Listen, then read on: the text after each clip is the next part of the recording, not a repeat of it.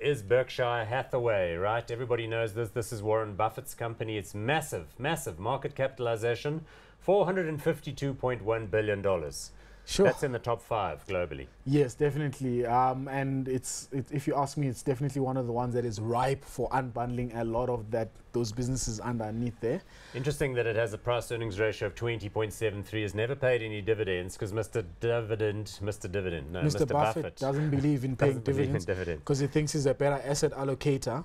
Probably right. Yeah, than what you would do with your dividend payment. Yeah. So he likes to take it, reserve it, and use it elsewhere to find good opportunities in the market. But just conceptually, tell the viewers what you get when you buy this. It's got an insurance piece and then a whole lot of other stuff. Yes. So basically, the model here is he believes that he could do something with the float that he gets from all of the insurance businesses.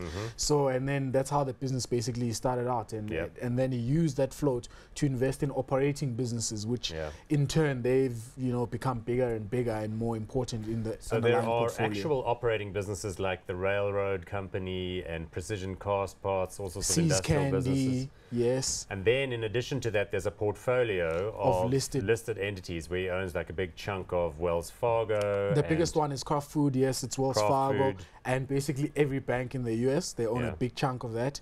In excess of $1 billion US. I mean, you've got American Express, you've got Visa, you've got so many Apple businesses. Has been accumulating recently. $19 billion US. $19 billion worth of those. Correct. But he still has a lot of cash. He's still got like $100 billion, I saw somewhere. Correct. Of deployable cash or free cash. Yes. And he says basically they currently own about 6 or 7 of the Fortune 500 companies. So there's the rest, basically the difference between that is what they potentially could do more deals on. So we're hoping he does those deals. Let's have a look at the share chart and tell me, has this done better than the S&P 500? In other words, would you have done better buying, these by the way are the Berkshire Hathaway A shares, which trade at $274,000 each. You can buy the B shares, which are a little bit less. Yes, so in a 1-year period, they're up 26%, which is which is good. Tracking the S&P 500, but it's above the S&P 500 because I think it's about 16%. So there are periods where this one lags a bit and periods where it outperforms, but it doesn't have any fees. So you do a lot worse, I suppose, than buy these. Yeah, well, he has never taken a fee in the 51 years of operating, I think. Yeah. The only thing he takes is a salary currently, which is $100,000 US. Sure.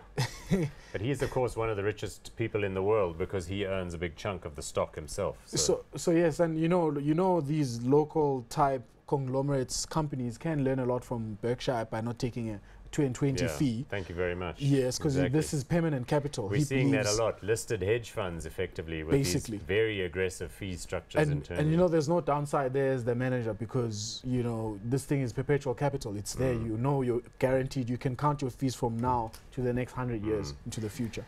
Okay, but now's the point where we have to say hot or not. So the thing here is, if you buy this thing, you're getting Warren Buffett, who is 87. 87. Yeah. You're getting Charlie Munger, who's in his 90s. Yeah. You're getting some other people who work there, some Ted, smart Todd, guys. and Ajit Jain on the insurance side. Guys. Yeah.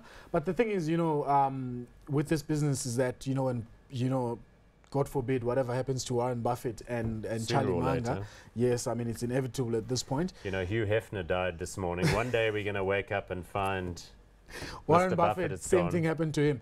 So there is sort of a plan with double CIOs, one looking after the investment, one looking after the asset allocation side of things. And there's already 2 guys who are working.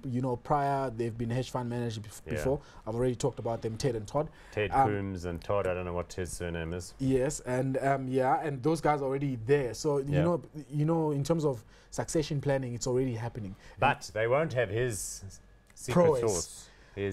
But they're still good deal makers, and also I can say they are learning. So I'm not worried about this business going forward.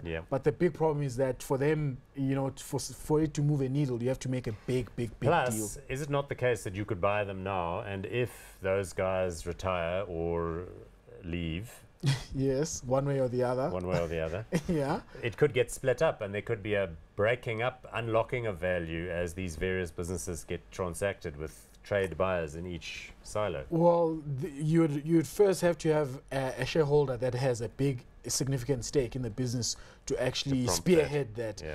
But, you know, with his connections with Kraft Heinz and all of these, you know, guys who like doing big deals, I don't see them actually unbundling anything anytime soon. You reckon it's just going to carry on? It's just going to carry on until it really can't, there's nothing to buy out there. Anyway, hot or not? We're hot on Berkshire Hathaway. Yeah, I think so too. Because I think that split could come sooner. And so I reckon, yeah, I'm going to go with hot on that one as well. Well done, Mr. Buffett. You got the hot from It's one of the cheapest Paul indices and Bright out there. down here in Johannesburg. Yeah. We must send him a message.